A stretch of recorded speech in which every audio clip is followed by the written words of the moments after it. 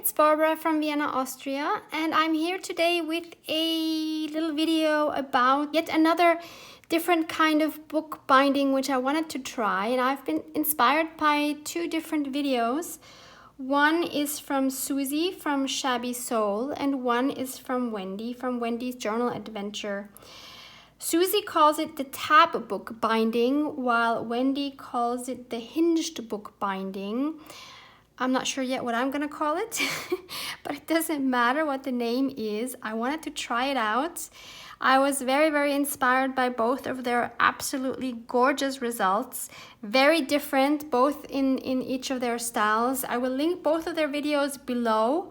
Both of them are really absolutely stunning results, so I highly recommend you to check them out. But I wanted to try my own version. So what I did was, I kind of want to make a little journal. And so what I have already done is I've already prepared the papers that I wanted to use for this little journal. So I wanted this journal to be like a little ragged looking. I wanted different size papers and just lovely vintage things to go in here. And I wanted kind of like a cover, and I wanted the cover back and front to be the same. So I chose these beautiful vintage Beano cards that I received in Happy Mail quite a long time ago, and I thought they would make really nice covers. So I have, if I counted correctly, all in all, including the cover elements, 18 pages. And I decided I will alternate between 3 and 4 hinges on each page. So if I calculated correctly, I will need 63 hinges. So how I calculated that was half of these, so 18, half would be 9. 9 of these would need 3 hinges and 9 would need 4 hinges. So that's how I came to 63.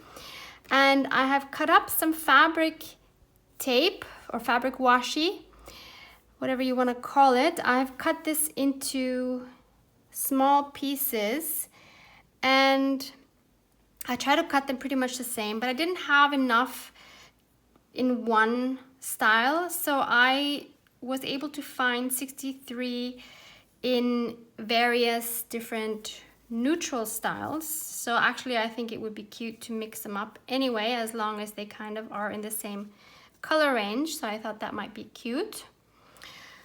Okay, so I will try to mix these up as I go along. And both of these ladies explain the process very well. As usual, I have not tried this before, so I will try to do this. And from what I saw from their videos, if it matters to you that the binding looks neat and you want them all in the same position, what I guess you have to do first is, if your papers are not all the same size, you first need to position them where you want them to be. So if you want them centered or up or down or whatever, you need to do that first, so that then you know where your tape needs to go. And they both say you should have an even number, so that the first and the last hinge are the same, meaning if I have 4 on top, I should have 4 on the end, and vice versa. So that's why I chose 18. And I think I've already positioned mine so that they are where I want them to be. So let's see if I can make this work. So I will start, I think, for my last page. Okay, so I need to hinge it on this side, and I will start with 4. So I'm gonna put, let's see which ones work with this. I don't want this and this. That is kind of weird for me. So I think I will maybe start off with, yeah, I think these neutral ones are good. So I will start off by putting 4 of these on my back. I'm guessing you can also use regular washi tape, but if you do that, I would strongly suggest you put glue on the back because washi tape is not going to be strong enough to hold it for long. All right, I'm trying to see how do I need to do this. Okay, I'll just do this.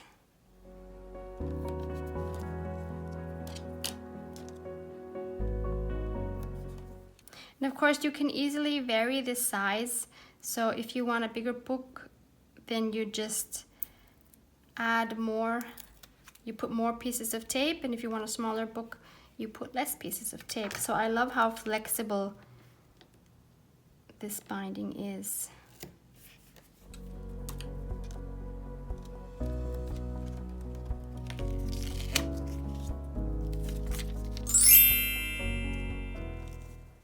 Okay, so this one will get 3, which will be in between the 4.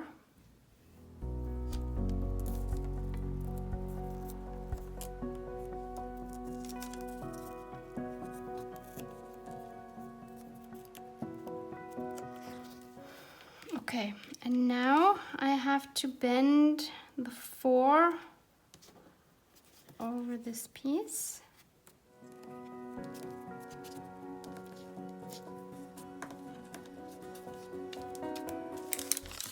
Put the next one.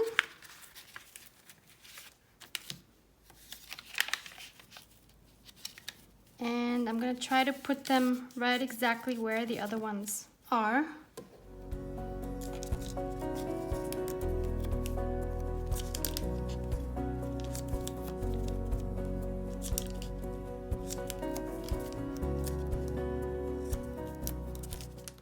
Okay, now I bend over the 3 from the previous page.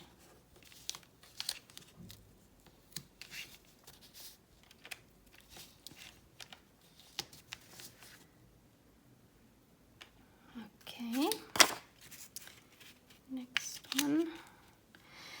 And so we keep alternating between 3 and 4 and 3 and 4. Since this is kind of boring for you to watch, I will do this off camera and then see you back again towards the end.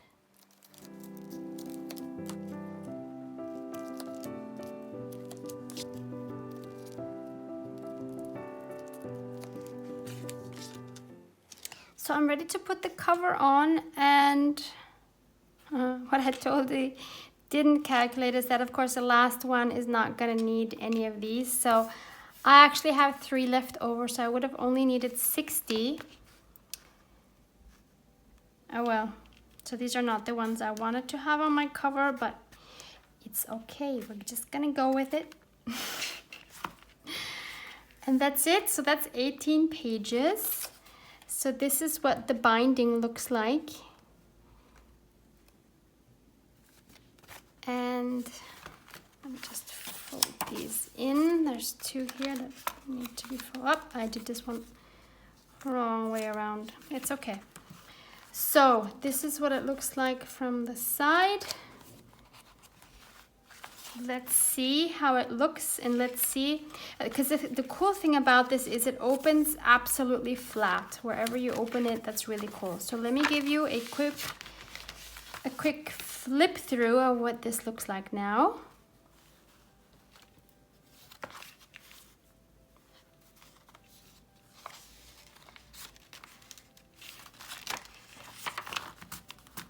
Yeah, this is sticky because I had one on the wrong place, but I was able to take it off. Actually, I have to take that back. It doesn't lay flat because it's too thick. Because of course we have this situation here, so it's not completely flat. Yeah. Okay, so that is one thing that I learned. But it does open up all the way at every page, so that is still cool.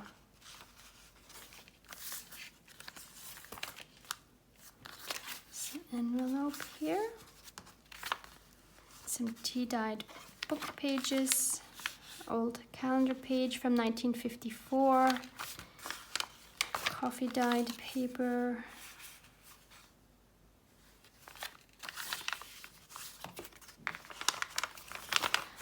did not put that on very well, because you see here the gaps.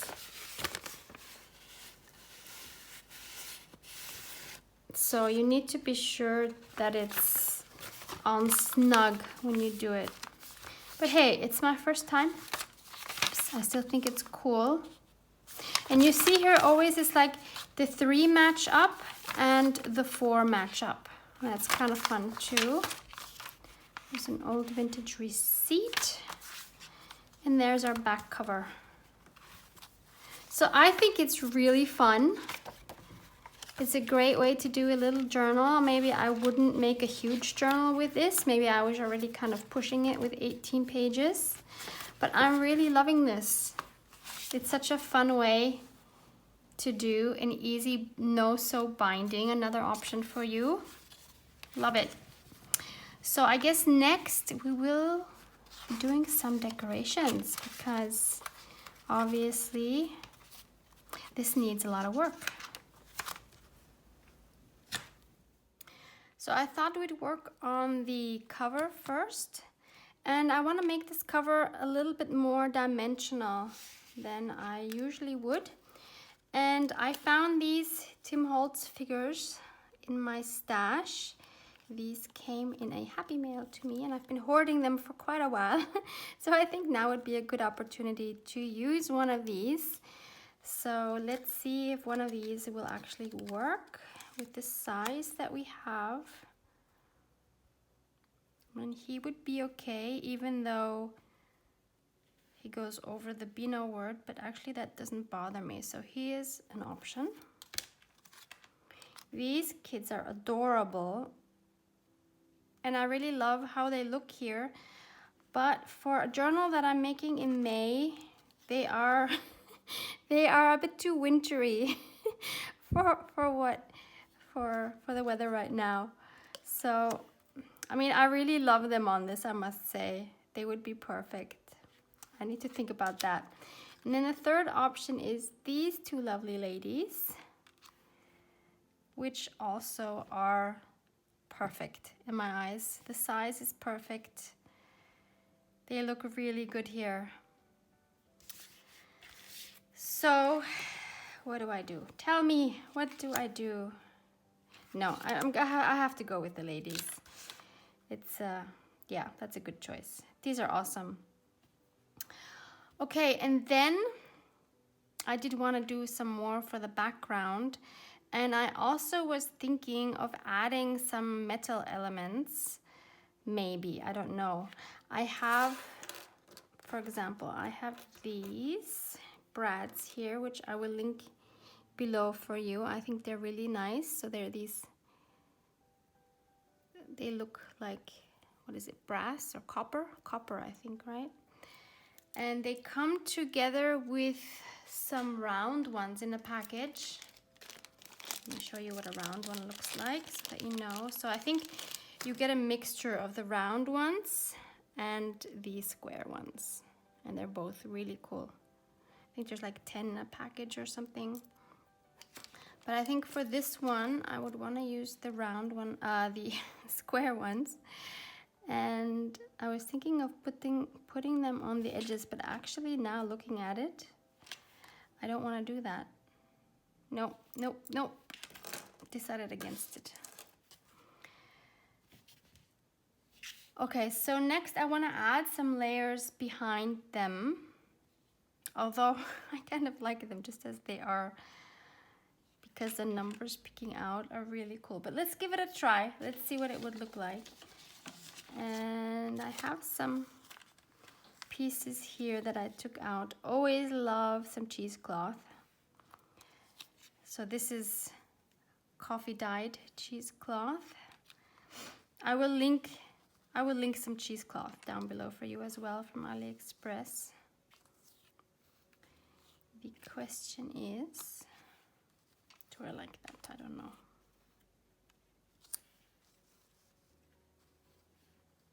Yeah, I think I do like that actually. Just want to straighten it a bit. As always, I like things to be rectangular shaped.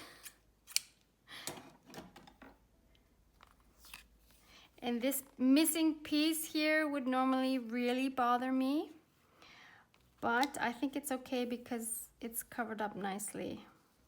So we could do this. And what else? I have this tea-dyed Rolodex card.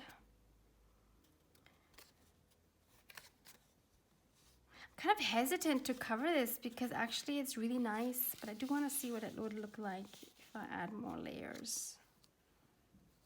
That is kind of cool. Of course, it totally hides the beautiful splatters. Don't know about this one. I have this gorgeous piece. I did some experiments the other day.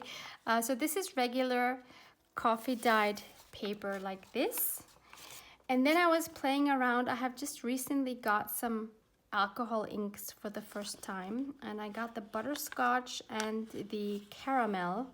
And I actually wanted to use it on some tape, some like regular cellophane tape to age it. But I don't like how that worked at all. I must have done something wrong. I watched the tutorial from Nick the Booksmith. I don't know if you've seen it, but that totally went south.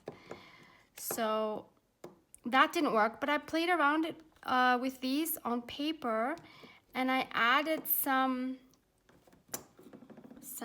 alcohol lift ink. So this is all Tim Holtz.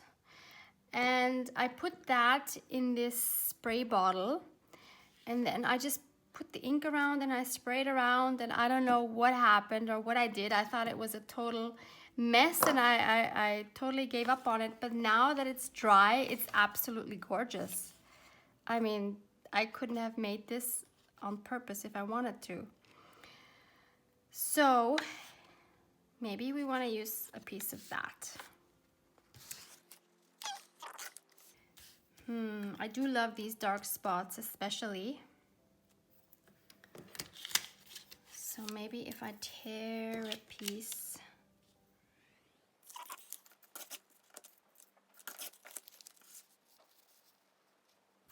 Something like that. And maybe to balance it, we could add another piece on the other side somewhere.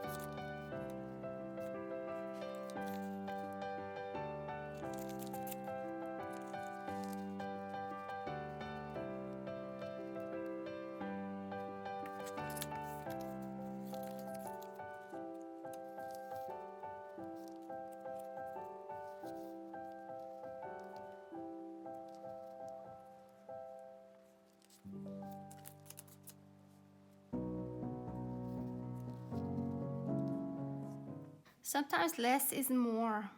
That was just too much. I really don't want to cover up all these cool numbers, so I think this is good. But I'm also thinking, I also have these cool safety pins, and I will link those as well. They're also from AliExpress. And we could add that right here.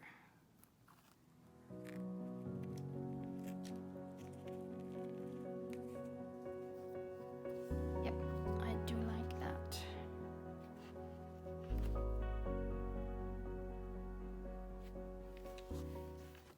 All right, so I'm gonna glue all of this down. I'm wondering if I should ink them up. No, I won't ink them up. I'll glue everything down, and then maybe I'll do a few more finishing touches. So this is what it looks like once everything is glued down. But I still think we can add a little bit something, some smaller bits. So I was thinking, see, I have these beautiful metal cog wheels. These are also from AliExpress, and I will link those for you as well. And there's this one here that is very dimensional. It's pretty thick, so that can pretty much only go on like a cover or something, because in a book this will definitely be too bulky. So we could put one there. Let me zoom you in a little bit. And maybe we put a bigger one. Oh, that's the same one. On the bottom. Maybe this one. Or maybe even bigger. Because I want to form a triangle. 2 for me seems not balanced, so I want to add a third one. And I also think it looks better if it's not like a perfect triangle with 3 equal sizes. I think it's better if it's a little off, like if one of the lines is shorter. But of course you can't always do that. It also depends what your image is. But in this case we could go in a little bit, because a perfect triangle would be somewhere like here, and that is just too symmetric. So to be a little bit off the symmetry, we could put it there. The question is that the one we want? There's so many cool ones. It's here, in here. It's such a big choice. This one's a bit big. So I'd say either this one or this one, which is a bit smaller. No, this one's too similar. I think we go for this one. So I will glue these down with my 3-in-1 glue.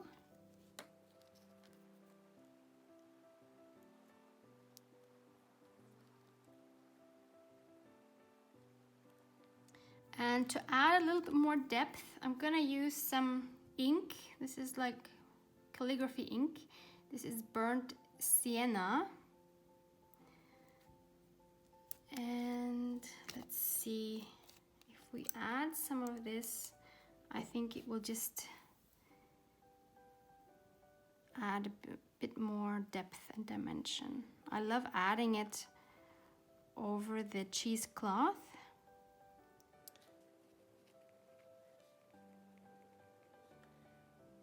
We could even add it over the cogwheels. Why not?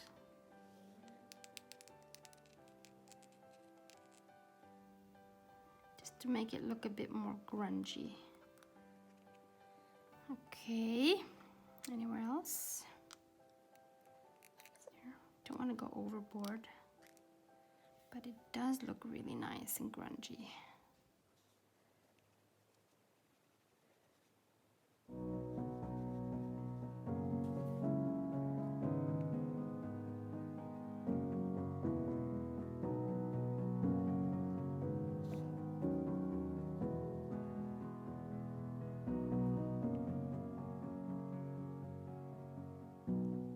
I think that's enough. So that's what that looks like. So now I just need to let everything dry until I do anything else, because otherwise I will smudge it. It's the next day now and everything has dried completely. So the parts that I did with the ink still have shine. So even when ink is dry, it will still have a little bit of a shine, but that does not bother me.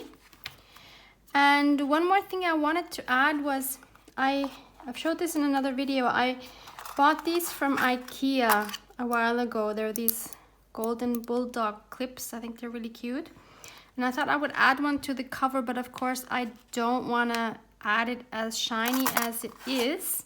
So what I already prepared was one like this, and all I did was to drip some of the alcohol ink, a mixture of the two, just kept dripping on it, letting it dry, dripping on it, letting it dry until it got this beautiful aged look, and so I think this would be cool to have on top here.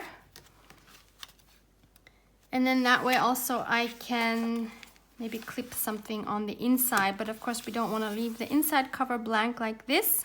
So I'll take it off for now. And I found this piece of ephemera, which says Penn Central Transportation Company track car permit form. So I think I probably got this from one of the Instagram shops that I get things from, and I will list the shops that I use below as well. And it kind of fits perfectly here on the inside cover. So I'm gonna ink up these sides, and I'm wondering if I should put something else underneath. But I'm gonna just try inking up first, maybe the inside cover. Or do I? I don't even know if I want to do that. I'll ink up this for sure and then see how that looks.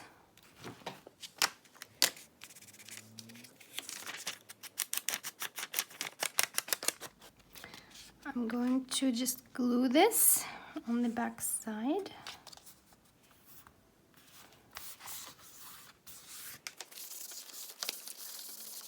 And I thought I might also add this vintage flashcard, maybe as a pocket. And although the size is actually perfect, I think it's too big. I don't want to cover up this whole form. So I'm thinking of cutting it off, maybe right there. And because it has a kind of a smooth and shiny side, I want to rough that up a little bit to make that more vintage. Maybe I'll add some distress ink. So I have this block with sandpaper, but I'm sure you could also use a nail file. I bought this at the hardware store. So I'm going to try to gently sand this a little bit.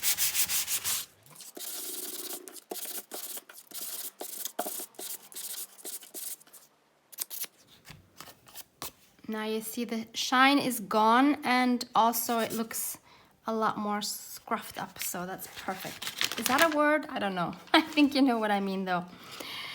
And I think what I'll do now is to add some tea dye.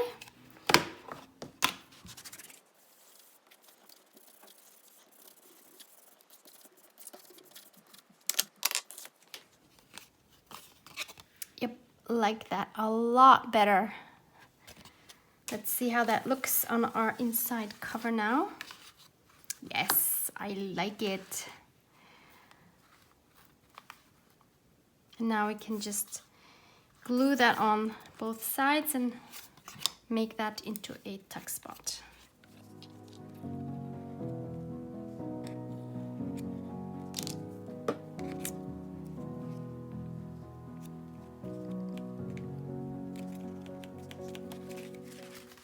There we go. I really like how that looks. And now we also need something for the back side cover. And I found this vintage receipt here from Pearl Beer. And even though it's torn, it doesn't really bother me. I'm going to glue it on anyway. It's actually fine. So I'm just going to tear it.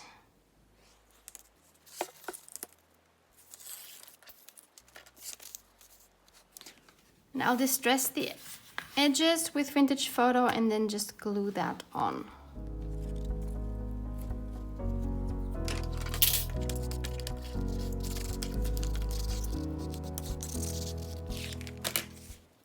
And since it has a few tears here and it's very fragile, I think I will use some tape to patch it up a little bit. And I'm just using this beautiful grid one from Tim Holtz, which comes in a set, and I will link that below.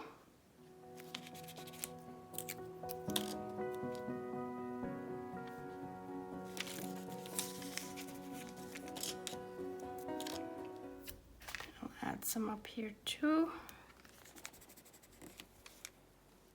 I'll try some of this butterscotch alcohol ink on it.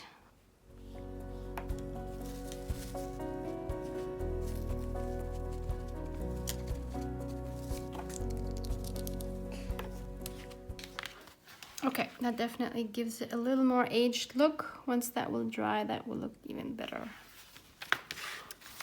Okay, and I think that's all we have time for in this video. It's already getting pretty long.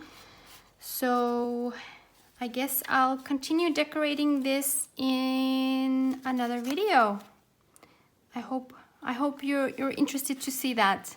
Thank you so much for watching. Please like and subscribe if you want to see more. Thank you so much. Bye.